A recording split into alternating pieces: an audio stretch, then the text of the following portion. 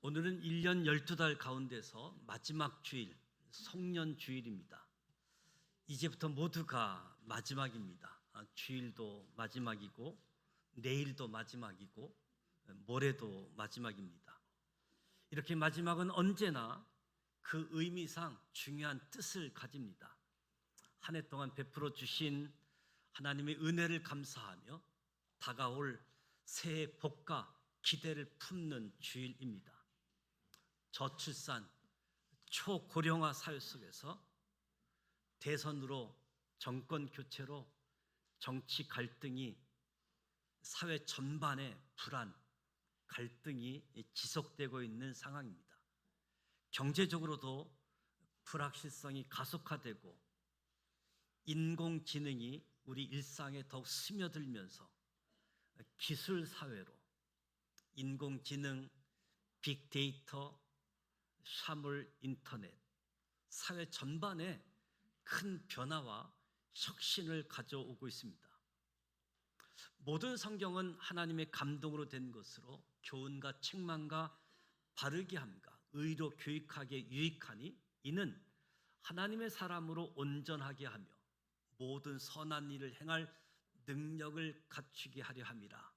디모데후서 3장 16절 17절 말씀을 가지고 2025년도 신앙 표어로 성숙한 성도, 영향력 있는 지도자, 이 교회 표어를 가지고 달려왔습니다.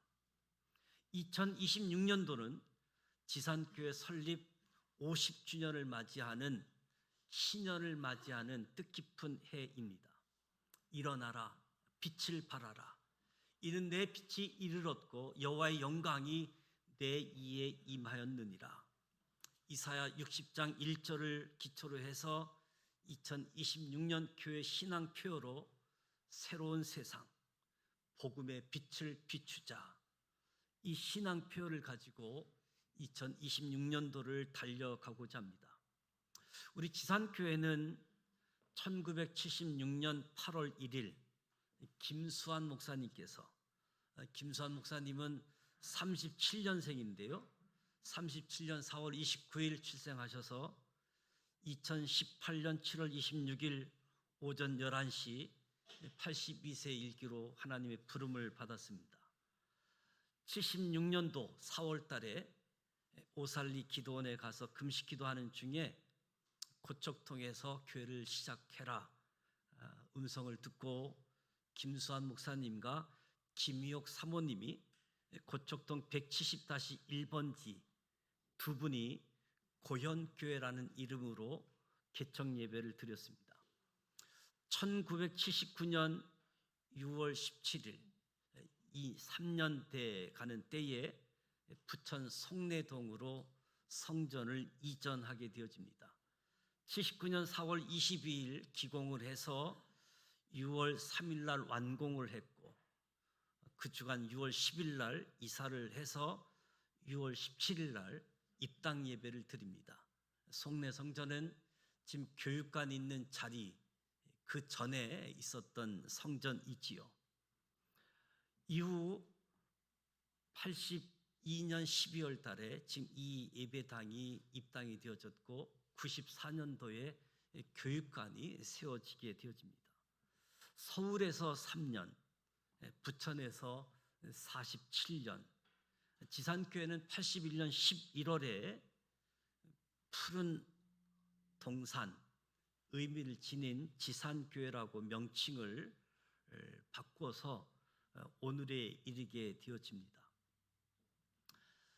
우리 교회가 가지고 있는 기록을 보면 80년도 가지고 있는 기록이 있는데 그때 기록에 나타난 지금 현재까지도 자리를 지키고 계시는 분은 많은 분들이 왔다가 헌신도 하고 봉헌도 하고 이제 고인도 됐고 이사도 가신 분이 있지만 제가 책을 보면 이제 진상화 장로님, 박명수 권사님, 신영복 권사님 최초 80년 기록된 책에 언급되어 있음을 보게 되어집니다. 많은 사람들이 지산교회가 여기까지 옴에 있어서 헌신과 수고, 누가 알아주지 않는 가운데서도 오직 하나님만 바라보고 헌신 봉사의 길을 걸어왔습니다. 함께 걸어온 50년, 함께 걸어갈 50년을 바라보며 50년의 감사, 신년의 소망을 경험하는 2026년도가 되어지길 원합니다. 50년, 신년, 굉장한 복이고 굉장한 축복이지요. 신년에 주어지는 해방과 자유, 모든 무거운 것, 얽매이기 쉬운 죄로부터 해방되어지고 신앙의 허례허식으로부터 진정한 자유를 얻게 되어지는 자유가 주어지길 원하고, 말씀이 회복되어지고 기도가 회복되어지고 찬양이 회복되어지고 진정한 교제가 회복되어지는 회복의 은혜, 이웃과 세계를 섬기는 교회로 새로운 시작, 함께 만드는 지산교회 역사를 통해서 하나님께는 영광이고 세상 사람들에게 칭찬받는 교회가 되었으면 좋겠습니다. 교회는 본질적인 사명이 선교이지요. 미션이 교회의 출발점입니다. 이 미션 선교를 위해서 우리에게 사명이 주어지게 되어지죠. 미니스트리. 그리고 사람들이 모이면서 조직이 되어지고 관리하게 되어지는 매니지먼트, 경영이 들어오게 되어집니다. 근데 교회가 경영 관리만 되면 중요한 것은 박물관이 되어진다는 거지요. 아무 교회나 박물관이 되는 것이 아니라 과거에 잘한 교회만 그나마 박물관으로 흔적을 가지고 있는데, 그렇지 않으면 대부분 흔적도 없이 사라지게 되어지는 거지요. 무엇보다 교회 본질 선교, 사역, 관리, 경영을 잘 하면서 박물관이 되지 않으려고 한다면 무브먼트, 캠페인이 있어야 됩니다.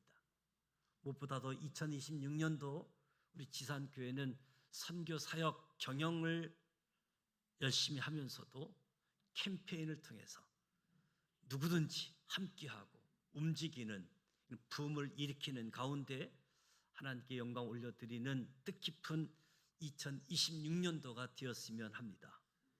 우리가 살아가는 세상은 화려한 네온 사인으로 가득하지만 역설적으로 많은 이들의 영혼은 깊은 어둠 속에 머물러 있습니다.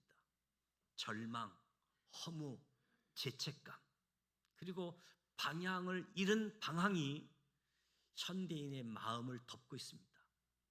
빛은 스스로를 위해 존재하지 않고 어둠을 밝히기 위해 존재합니다.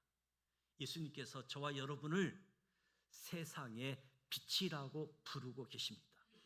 어떻게 하면 내 안에 머물러 있는 복음의 빛을 세상 바깥으로 비치며 살아갈 수 있는지, 영적인 눈으로 본 세상은 이사야 선지자의 고백처럼 어둠이 땅을 덮고 캄캄함이 만민을 가리우는 그런 상태와 같다. 많은 이들이 우울증, 중독, 관계의 파괴라는 어둠 속에서 신음하고 있습니다. 이때 하나님은 저와 여러분에게 명령하십니다. 일어나라, 빛을 발하라. 이 명령은 저와 여러분이 빛의 근원이라는 뜻이 아니라 우리에게 임한 하나님의 영광을 반사하라는 부르심이지요. 급변화하는 시대적 흐름 속에서 새로운 세상에서 복음의 빛을 비추라. 우리가 사는 세상은 낯선 세상입니다. 낯선 세상에 변하지 않는 사명이 있음을 기억하시기 바랍니다. 우리는 한 번도 경험하지 못한 새로운 세상을 살고 있습니다. 기술은 하루가 다르게 변하고 가치관은 혼란스럽고 대면하기보다 비대면이 익숙한 시대가 되었습니다. 새로운 변화는 때로 두렵고 낯설게 다가오게 되어집니다. 하지만 세상이 아무리 바뀌어도 변하지 않는 진리가 있습니다. 그것은 세상이 어두울수록 빛은 더 필요하다는 사실이지요. 하나님께서 변화의 파도 속에 있는 저와 여러분을 향해 새로운 세상에 들어가 복음의 빛을 비치라고 명령하고 계십니다. 정말 새로운 세상입니다. 우리 자녀 세대를 보아도 우리가 똑같은 말을 하지만 자녀들조차도 마치 외국인처럼 느껴지는 다른 세대로 보여집니다. 그래서 기존 세대와 다음 세대의 갈등이 심화되어질 정도로 가치관의 변화가 있습니다. 휴대폰, 유튜브, 인공지능 AI는 각각 연결의 혁명, 정보의 민주화, 지능의 자동화를 상징하는데 인류 문명의 패러다임을 완전히 바꾸고 있습니다. 여러분이 가지고 있는 휴대폰 지금은 익숙하지만 이 휴대폰이 단순히 전화기가 좋아진 것을 넘어서서 인류의 삶의 방식, 우리 사회 구조 전체를 바꿔버렸습니다. 언제 어디서나 즉각적 연결이 가능해졌지요. 공중전화 박스에 가야지만 전화를 할 수 있었고 PP를 착용해야지만 소식을 전할 수 있었는데 휴대폰이 등장하면서 소통의 혁신, 비언어적인 소통의 확산, 경제 사회 구조가 완전히 바뀌어 버렸습니다. 은행도 휴대폰에서 다 해결할 수 있고 버스를 타도 휴대폰으로 찍기만 하면 버스 승하차가 가능하고 음식을 시키는 것도 배민을 통해서 야놀자 숙박을 통해서 모든 쇼핑이 휴대폰 안에서 이루어지는 새로운 산업들이 경제 주축이 되고 있습니다. 유튜브가 등장하면서 문자 시대가 영상의 시대로 바뀌어졌고 영상의 시대가 되어지면서 모든 학습은 유튜브로 진행되고 있습니다. 유튜브에 들어가면 모든 것을 배울 수 있는 상황이 되어졌지요. 모든 검색도 한때는 네이버에서 검색을 했는데 이제는 다 유튜브에서 검색을 하게 되어지고 무엇보다도 1인 방송 시대가 유튜브를 통해서 그래서 공영방송, 케이블 방송 그것보다 유튜브가 더 많은 사람들에게 언론을 제공해 주는 모습들. 그러나 유튜브는 내가 보고 있는 것과 유사한 것만 계속 연결되어지는 특징이 있기 때문에 우리는 의도적으로 다양한 관점의 정보를 찾으려고 하는 노력이 필요한 거지요. 그렇지 않으면 정말 다양한 부분에서 한쪽 영역만 보고 한쪽 영역이 전부인 줄 알게 되어지는 그런 단점도 우리에게 있습니다. 인공지능, 참 말이 많은 세상인데 말 많기 전에 이 AI가 현재뿐만 아니라 우리의 미래를 이미 집어삼키고 있습니다. 기계에다가 학습하는 머신러닝에서 딥러닝, 그리고 지금은 생성형 AI라는 이야기를 많이 들었을 겁니다. 이미 앞서가는 사람은 피지컬 AI 시대로 이미 넘어가고 있는 때이지요. 피지컬 AI는 인공지능이 우리 삶의 현장에서 작동하는 겁니다. 예를 들어 자동차가 운전자 없이 자율적으로 인공지능을 가지고 움직이는 시대, 우주 경제 시대를 맞이한 상황입니다. 질문만 던지면 답을 10초 안에 문서로, 그림으로, 그래픽으로, 음악으로, 영상으로 답을 주는 시대입니다. 생각해 보십시오. 질문만 하면 10초 안에 답을 주는데 그것을 위해서 공부를 한다? 그 공부가 무슨 의미가 있을까? 앞으로 시대는 누가 질문을 잘 하느냐, 질문만 잘하면 질문에 맞는 답이 다 나오기 때문에 누가 질문을 잘하느냐가 고급 인력이 되어지는 거죠. 그래서 세계적으로 유명한 회사는 대학교 출신도 뽑지만 아예 고등학생들을 뽑는, 기존 질서에 익혀지지 않는 새로운 창의적인 세대를, 고등학생들을 대기업에서 뽑아서 새로운 미래 시대를 열어가고 있는 모습도 보게 되어집니다. 뿐만 아니라 비판적인 시각을 가지고 분별하고 통찰력 있는 사람이 능력자가 되는 사회이지요. AI에 거짓 정보들이 많이 있다 보니까 참인지 거짓인지 구별할 수 있는 분별, 통찰력들, 이런 부분들이 미래 사회에 유능한 사람이 되어지는 거죠. 벌써 AI가 잠식하고 있는 그런 직업들이 많잖아요. 이제는 똑똑함이 문제가 아니라 많은 똑똑함은 AI가 다 해결해 주는 그런 시대를 가지고 있습니다. 그 사람들은 윤리를 이야기하고 도덕을 이야기하고 있는데 그것보다 더 큰 물결로 우리에게 다가오고 있음을 보게 되어집니다. 이런 시대에 인간 고유성의 가치를 제고하면서 기계가 잘하는 영역, 연산하고 분석하고 암기할 수 있는 것은 AI에게 맡기고 인간만이 할 수 있는 영역들을 우리가 집중하면서 우리에게 맡겨진 시대에 우리의 역할을 감당해 가는 거지요. 휴대폰, SNS로 연결은 늘었지만 깊은 유대감은 줄어든 시대입니다. 타인의 감정을 이해하고 복잡한 인간관계를 조율하는 능력이 더욱 귀한 시대가 되어질 겁니다. 세상은 급변하고 있습니다. 우주 오고 가는 일이 경제시대가 되고 있습니다. 이런 시대에 우리에게 변하지 않는 사명이 있습니다.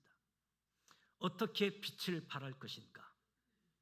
영적 침체의 자리에서 먼저 일어나야지 됩니다. 빛을 비추기 위해서는 먼저 주저앉아 있는 자리에서 일어나야 합니다. 등대지기가 아무리 좋은 기름을 가지고 있어도 졸거나 잠들면 불을 밝힐 수 없는 거죠. 상처, 실패감 혹은 타성에 젖은 신앙 때문에 영적으로 지금 누워 있지는 않습니까? 내 빛이 이르렀다는 약속의 말씀을 붙잡고 믿고 오늘 다시 기도의 자리, 말씀의 자리로 일어나십시오. 거울의 사명, 거울의 사명을 우리는 기억해야지 됩니다. 우리는 스스로 타오르는 태양이 아니라 태양빛을 받아 반사하는 달과 같습니다. 거울에 먼지가 쌓이면 빛을 제대로 반사할 수 없습니다. 우리 삶의 죄악과 욕심의 먼지를 해계로 닦아낼 때 예수님의 성품이 저와 여러분을 통해서 세상에 투영되게 되어지는 거지요. 내가 드러나는 것이 아니라 내 안에 계신 예수 그리스도가 드러나도록 겸손하게 순종하는 삶이 곧 빛을 발하는 삶입니다. 디지털 시대, 반도체 시대에 거창한 선교가 아니어도 좋습니다. 직장에서 정직한 한마디, 슬퍼하는 동료들의 손을 잡아주는 따뜻함, 비난 대신 건네는 격려가 어둠 속에서 천국으로 가는 길을 만드는 빛이 되어집니다. 우리는 무엇보다도 복음을 알고 이 복음을 간단하게 또는 길게 설명할 수 있어야 됩니다. 만나는 사람과 시간이 없어도 짧게라도 복음 제시하는 거지요. 만나서 반갑습니다. 하나님은 당신을 사랑합니다. 처음 보는 순간 기쁜 소식을 전해줄 수 있다 생각했는데 이 시간 가장 기쁜 소식을 알려드리겠습니다. 천국은 값없이 주시는 선물입니다. 천국은 돈이나 공로나 자격으로 얻는 것이 아닙니다. 이것은 성경이 인간에 대해 말씀하고 있는 것을 이해할 때 좀 더 분명히 알 수 있습니다. 인간은 죄인입니다. 죄인은 자신을 구원할 수가 없습니다. 이것은 성경이 하나님에 대해서 말씀하고 있는 것을 이해할 때 좀 더 분명하게 알 수 있지요. 하나님은 자비로우셔서 우리를 벌하는 것을 원치 않습니다. 하나님은 또한 의로우셔서 우리 죄는 반드시 벌하셔야만 됩니다. 하나님이 이 문제를 예수 그리스도를 통해서 해결하셨습니다. 예수님은 참 하나님이신 동시에 참 사람이십니다. 예수님은 우리의 죄값을 치르시고 우리에게 선물로 주실 천국의 처소를 마련하기 위하여 십자가에 죽으시고 부활하셨습니다. 이 선물은 믿음으로 받습니다. 천국 문을 여는 열쇠는 믿음입니다.